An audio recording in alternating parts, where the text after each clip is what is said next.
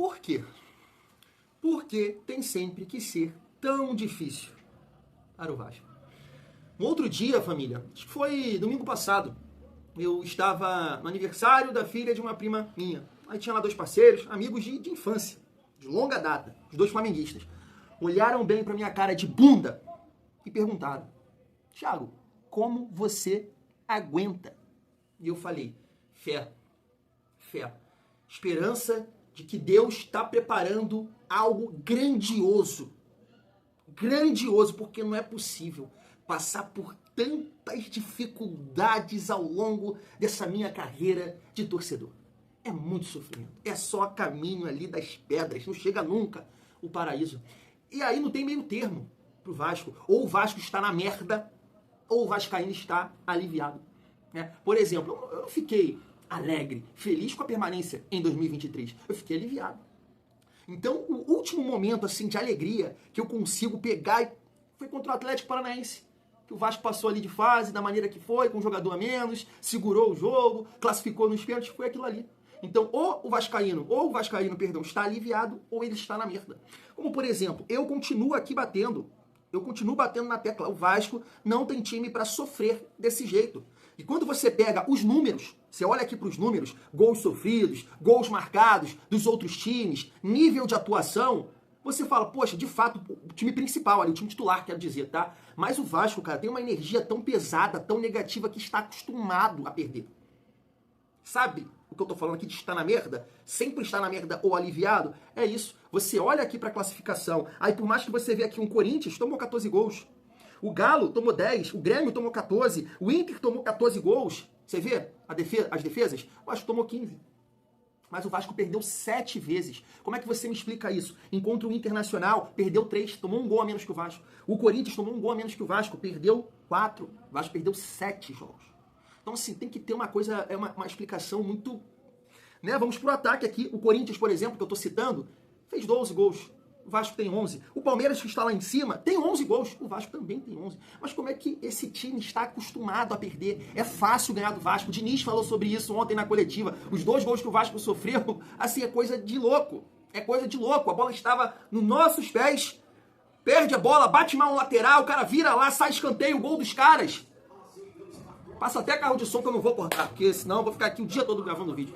Eu já tô aqui 3 horas pra falar. Então passa aí, carro de som. Caralho. Mirassol, pão de queijo, é tudo que eu preciso agora, é isso mesmo.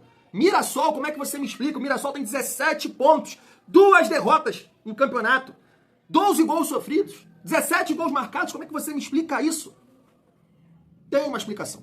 Tem uma explicação que o Vasco precisa reformular o seu elenco. A ideia é essa. Eu acho que isso é fundamental, porque lá em 2023, se iniciou um conceito de um Vasco protagonista, uma nova era, SAF, 777, profissionalismo, e aí contratou alguns jogadores, família, que, sinceramente, esses jogadores, claro que tem que ter um ou outro no time, porque é importante também você ter jogadores qualificados, mas o Vasco precisa virar uma chave. O Vasco precisa ser um time de operário, um time brigador, um time raçudo, porque tecnicamente falando, a coisa não vai andar. Se continuar com esse time cansado, mole, que perde fácil, que cansa no decorrer dos jogos, eu tô aqui te pedindo uma explicação.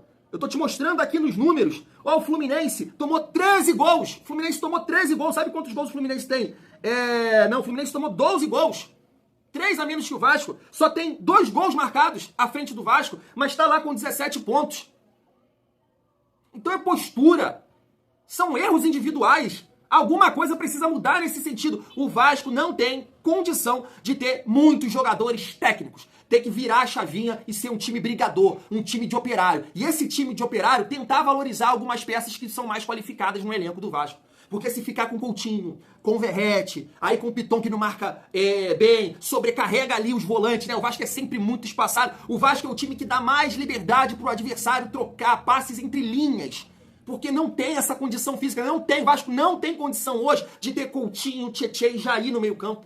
Não tem, pô. Tem que ter um pitbull ali mordendo todo mundo, dando porrada, dando soco em alguém. Não tem condição de jogar com esse time com bola no pé, porque a coisa não flui. E aí quando o Vasco perde a bola, é esse sufoco que a gente passa toda a rodada, porque não marca bem. A nossa defesa é fraca? Ela é fraca, mas vai estourar sempre no sistema defensivo, porque é muita liberdade para chegar até lá. O que eu estou querendo dizer aqui pra você é que vários outros times têm dificuldades defensivas. Tem zagueiros fracos. Mas como é que o Vasco perde tanto assim? É porque sem a bola, esse time é cansado na essência, na alma. E eu não tô falando aqui de entrega, tá?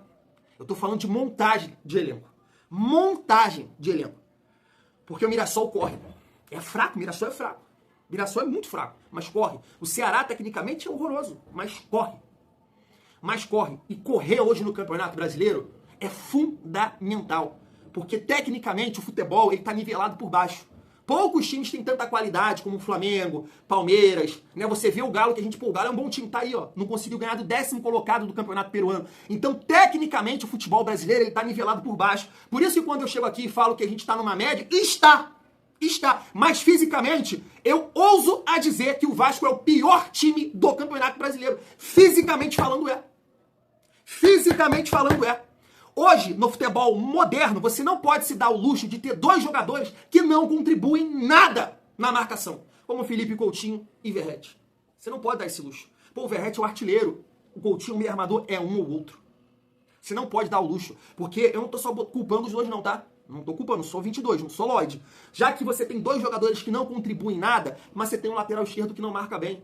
Você tem ali uma dupla de volantes que tem dificuldade nessa pegada. Você tem pontas que tem também dificuldade de recomposição. Quem vai sofrer? Lá atrás. A facilidade de perder grita aos nossos olhos. É fácil ganhar do Vasco. É fácil derrotar o Vasco, porque esse time é mal montado, ele não tem intensidade. E para aqueles que falam que é culpa do Pedrinho, não, a base desse time foi montada lá em 2023 a 2024. O Pedrinho erra, claro, quando ele não consegue contratar jogadores que possam aumentar o nível desse time, entendendo toda a dificuldade. Porque são vários atletas que o Vasco ainda tem que pagar, que a 77 deixou de pagar. Mas Fernando Diniz, você tem uma missão, irmão, é tirar muito desse elenco, postura, é um time que perde muito fácil, e isso, cara, é inacreditável. Tá inacreditável. A gente não tem uma sequência, a gente não tem paz, família vascaína. Mas vamos analisar aqui, né? Eu sempre falo isso, né? Quem tá com paciência nesse domingão, vamos trocar uma ideia sobre Vasco que volta a campo no dia 12, é isso mesmo? Ontem eu até esqueci de ver aqui com vocês. Eu acho que é no dia 12 contra o São Paulo, né? Que também tá no momento difícil da competição, né? Perdeu ontem pro Bahia e tem 12 pontos. É isso mesmo. Quinta-feira, dia 12 do 6, 9h30, tá aqui. Vasco contra São Paulo, melhor dizendo, São Paulo contra Vasco da Gama. Então, até lá, Fernando Diniz vai ter um tempo para recuperar fisicamente esse elenco e tentar buscar pontuar fora de casa, porque o Vasco, junto com o Juventude, são os únicos, né, melhor dizendo, times que não pontuaram fora de casa. Mas, família, te convido aqui para essa resenha, vou reagir aqui junto com vocês. Estava acompanhando a Super Rádio Tupi, o programa lá do Heraldo Leite, aí tava por lá o De Aranha, mais uma vez, tava também lá o Canhotinha, falando sobre essa derrota do Vasco. Eles meio que pegam ali no pé do Ryan para ele melhorar uma questão de finalização, fala do gol sofrido com 1 minuto e meio. Eu achei interessante pra gente debater um pouco aqui, porque eu não concordo em relação a essa crítica ao Ryan. Eu acho que é o único jogador que tenta alguma coisa no Vasco, porque assim, quando o Verratti ele não marca os gols, esquece. É um cara que não contribui na criação de jogadas, é um cara que não contribui na marcação, é um cara que tecnicamente não contribui nada, assim como o Felipe Coutinho. Por isso que estou batendo nessa tecla. É um ou outro. O Vasco não pode se dar ao luxo de ter dois jogadores moles dentro de campo.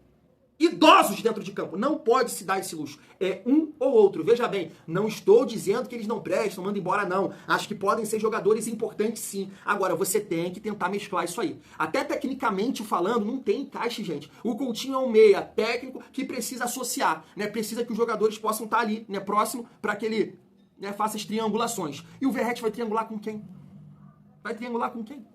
Coutinho pega a bola, ele nunca vira pra frente, é sempre pros lados. Porque ele sabe que não dá para enfiar uma bola, para tabelar com o Verratti. E o Verratti, da mesma forma, precisa de um meia armador que possa ter mais dinâmica, que possa contribuir nessa marcação para fazer ele ficar mais lá dentro, né? O Verratti sai muito da área, já é pesado, já tem uma certa idade. Então essa recomposição que ele faz sempre, porque o terceiro homem de meio campo não contribui com nada, dificulta ele também. Ele precisa ter gás para ficar lá na frente. O miguezinho, claro, sem a bola, mas ficar lá na frente. Então não tem encaixe isso.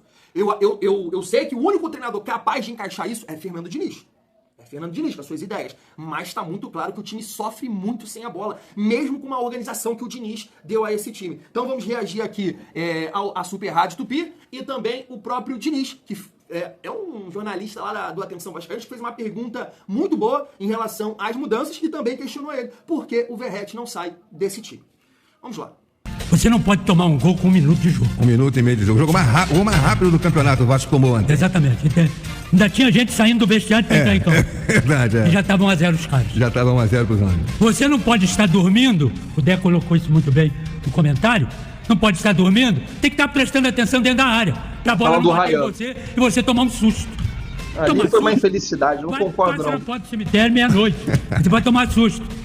Pô, esse é um negócio que você não se liga. Foi o que aconteceu com o Ryan, né? Ryan, bola cruzada, passou pelo Verratti, ele estava dormindo. Bola bateu nele. Eu não esperava aquela bola. Ele não esperava. Esse aqui é o problema. É porque você está pensando em alguma coisa. Não está ligado no jogo. E ali era um gol importante que ele podia fazer. Ele é bom jogador. Ele não é mau jogador, não. Chuta forte. O Dé colocou também isso muito bem. Aqui, ó. Ô, Ryan, vem aqui. Bom, melhor do time hoje. Vamos fazer um treinamento aqui especial para você. Você aceita? Muito Sim, bem. claro, quero aprender. Presta atenção, dá de cara pro gol, olha pro gol. Você chuta forte, não adianta você querer furar a rede não vai furar. E nem você vai furar o goleiro. Mete no canto. Assim, ó, tem treinamento para isso. E você ainda é novo, é verdade? Você ainda é novo, pode aprender. Você não vai aprender, você vai aperfeiçoar aquilo que você já sabe. Então, isso vai me deixando embaixo do bacana. O cara entrou no aquecimento. Rapidamente, família, só para destacar ali essa questão do canhotinho aí, é muito exigente. Né? E eu não vou falar que ele tá errado, não. Porque, de fato, aquela bola ali do Ryan, ele chuta muito forte. E a bola que o Nuno enfia, ele consegue, né, quebrar um pouquinho ali, porque ele pensou que a bola ia ser em profundidade para ele atacar o espaço. Só que o zagueiro conseguiu fazer a leitura, então ele faz o movimento correto. Por exemplo, se o Verratti não faz aquilo ali. Você entende a dificuldade que existe em jogar com o Verratti, se a bola não for para dentro da área? Se o Verratti é um caminhão para fazer aquele movimento ali. Então o Ryan, ele consegue se movimentar, ajustar o movimento, ganha a bola, né, e fica em condição de bater. Ele poderia fazer muito parecido com o que ele fez no outro jogo, né? Bater aquela bola mais aberta, né, para fazer a curva e de repente acertar o canto. Mas poxa, longe de ser um gol assim perdido, né? Foi uma oportunidade, mas ele poderia ter caprichado? Não, poderia ter tentado tirar do goleiro, ter olhado, mas ali, cara, eu acho que prefiro muito mais exaltar ali o movimento, tentou, ajustou, fez a oportunidade, ele criou a oportunidade, ele ajustou o passe do Nuno Moreira, bateu forte e o goleiro pegou. Agora, se ele bate com essa mesma força, como ele tá falando aí, é claro, né, pegando aquela bola de chapa assim, tentando tirar do goleiro, dificilmente ele pegaria, né, porque saiu um chute forte, basicamente no canto, e o Vasco poderia ter empatado. E o lance ali, né, que ele fala que não pode, né, não existe aquilo, o cara não tá esperando a bola, é uma infelicidade, cara, é uma infelicidade porque eu entendo que é muito fácil a gente falar na cadeira, né. O Gerson, pelo que falam, jogou muita bola, mas a bola quando sobe, tem dois zagueiros, o Verratti, mas um zagueiro subindo, então ele não espera aquela bola, a bola bate, e aí uma infelicidade, de repente se ela bate, fica ajustada no pé dele, ele marcaria, mas bateu no corpo dele, ganhou força, e o Cleiton acabou, né, pegando. Foi escalado para aquecimento, o jogador machucou, entra você no lugar dele. Então aí entrou o cara, o Guilherme. Córner, o cara foi para a área, ele chutou a bola quase em cima da linha. O RB Bragantino todo desfalcado. Não tem ninguém para prestar atenção. Pita deu uma raspadinha na primeira. Também não tinha ninguém marcando o Pita. E a bola caiu no meio, o cara entrou, o meio todo do Vasco estava dormindo e o cara que estava acordado meteu o gol. O cara rápido foi lá e meteu o gol. 1-0 já muda tudo, né, Dé? Quando leva um gol assim? Heraldo, eu sempre falo isso, né? Que o futebol tá tão difícil você prever favoritismo, essa coisa toda, tá muito nivelado, né? Claro, você tem um Flamengo, tem um Palmeiras, que tem um elenco melhor. Mas o futebol é feito de detalhes, Heraldo. De detalhes, e o Vasco erra muito, é isso. Individuais, erros de arbitragem, um mau dia, essa coisa toda muda a história de um jogo. Eu quero lembrar que a saída do jogo foi do Vasco. O Vasco saiu a bola e ficou 1 minuto com a bola. Atrás, toca dali, o Bragantino em cima.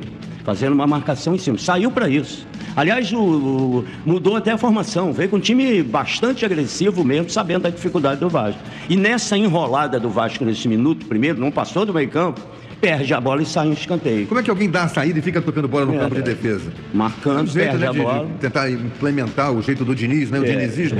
Tentou, pelo menos, né? Corner. O escanteio, como o Gerson falou, a raspadinha. E o cara que entrou não era zagueiro, ele é lateral. O Marquinhos jogou muito. Caprichava, Juninho. que é o lateral esquerdo, foi pra zaga. Marquinhos não, Juninho. Juninho, cara. Jogou muita bola. E foi o craque do jogo.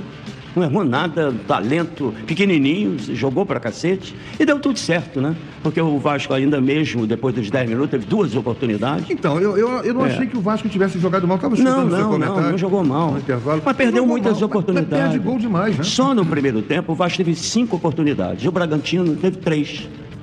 Perdeu uma, né? O Pita perdeu um gol incrível em cima da linha. E depois, logo minutos depois, faz o segundo, que é um golaço. Fez um golaço, né? Matou no peito, deu de voleio. O Ryan perdeu duas grandes chances. O Verratti perdeu gol feito de cabeça, né? O zagueiro, o João Vitor, chuta uma bola que o goleiro defende, toca na trave, né? Então, 5 oportunidades claras para o Vasco, 3 para o Bragantino. Mas e aí? 12 escanteios. Total de finalizações, o Vasco fez 20. O Bragantino fez 4. Eu sei, era. 4 finalizações, 3 foram certas. Por isso que eu pergunto aqui pro Gerson, futebol é o quê? Não é bola na rede? Bola na rede. Então, se é bola na rede, o Bragantino aproveitou as oportunidades. De 3, aproveitou 2. O Vasco, no segundo tempo, só teve 2. Um outro gol incrivelmente perdido pelo Verratti dentro do gol de cabeça que ele joga por cima. E uma cabeçadazinha lá do peixe do do Felipe Coutinho, Alex Teixeira, né? Que entrou no finalzinho lá, deu uma cabeçada e mais nada. Agora corre. Mas corre errado. O elenco é limitado, né? A gente sabe disso, é um time muito esforçado, mal montado, e a sorte é que o Fernando Diniz agora tem um mês para poder treinar o time.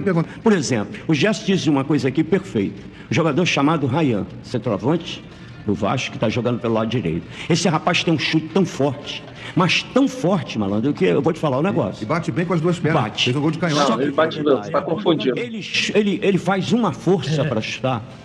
A bola vai para fora, às vezes uma vai para o gol, a maioria vai por cima, porque ele não está sendo treinado.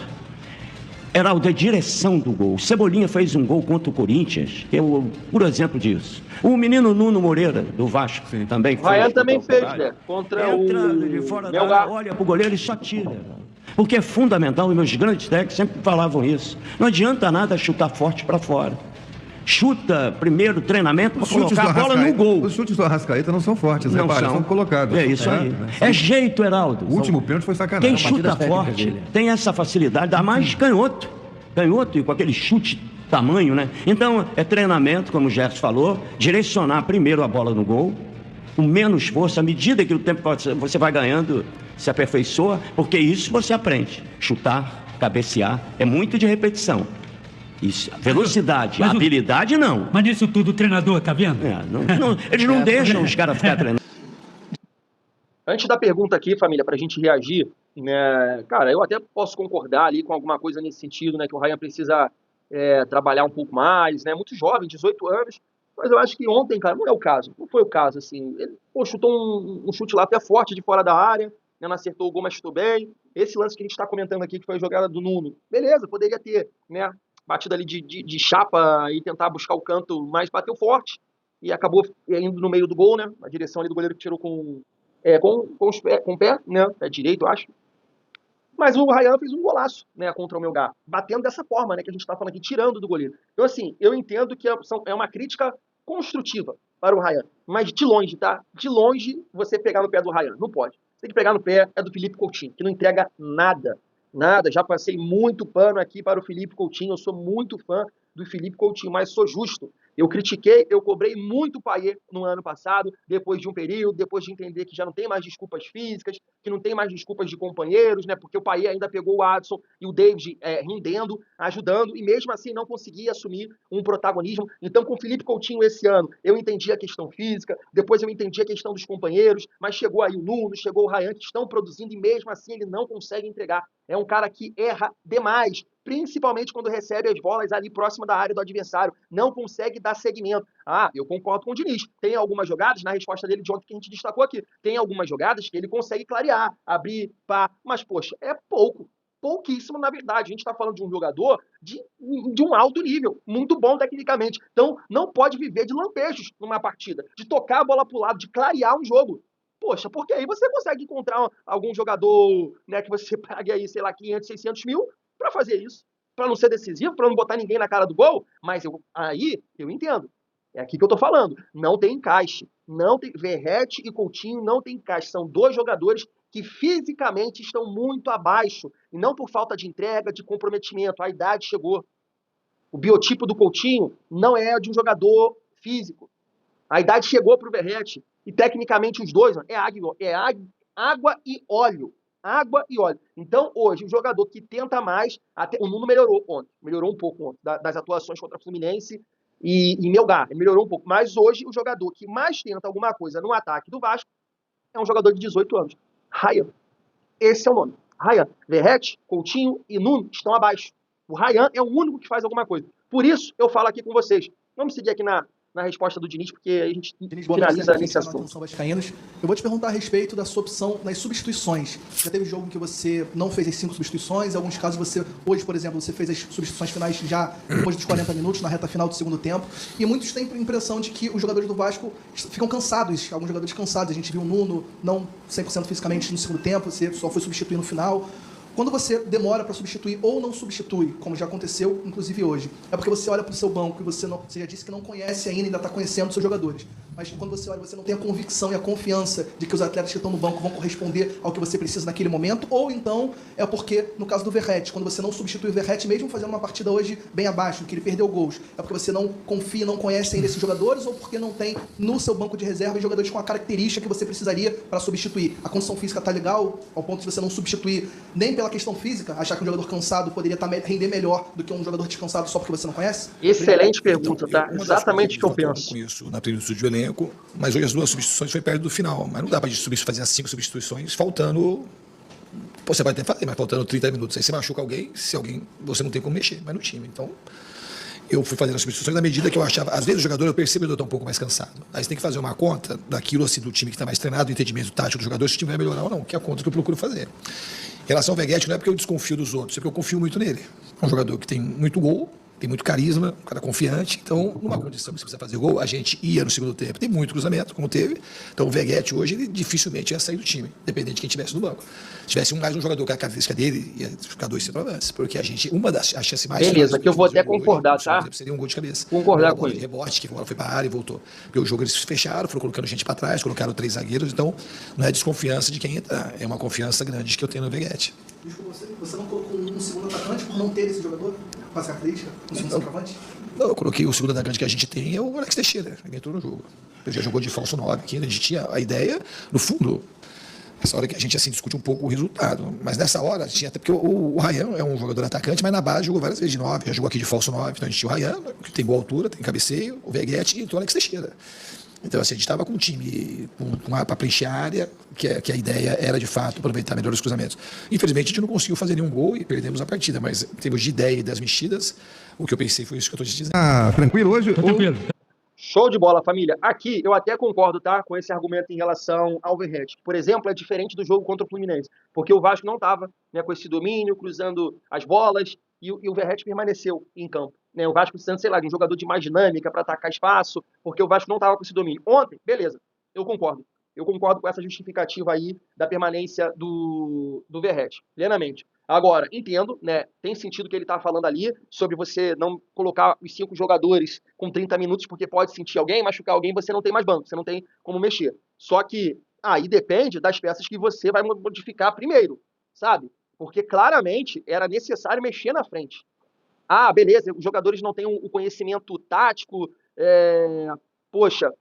pode dificultar a atuação nesse sentido, mas não estava legal. Mesmo os jogadores ali do time titular, foi o que ele perguntou, tendo essa ideia do trabalho, porque você, com pouco tempo, você foca no time titular. Mesmo esses jogadores entendendo os conceitos, né, adaptados, ali mais adaptados, eles não conseguem produzir, eles não conseguem entregar porque fisicamente estão se arrastando. Então, qual a conta que você tem que fazer? Ah, eu tenho um jogador no banco que não está adaptado ao sistema, mas está bem fisicamente, está melhor fisicamente, ou deixa um jogador que está adaptado ao sistema, mas não está conseguindo entregar, não tem perna para correr.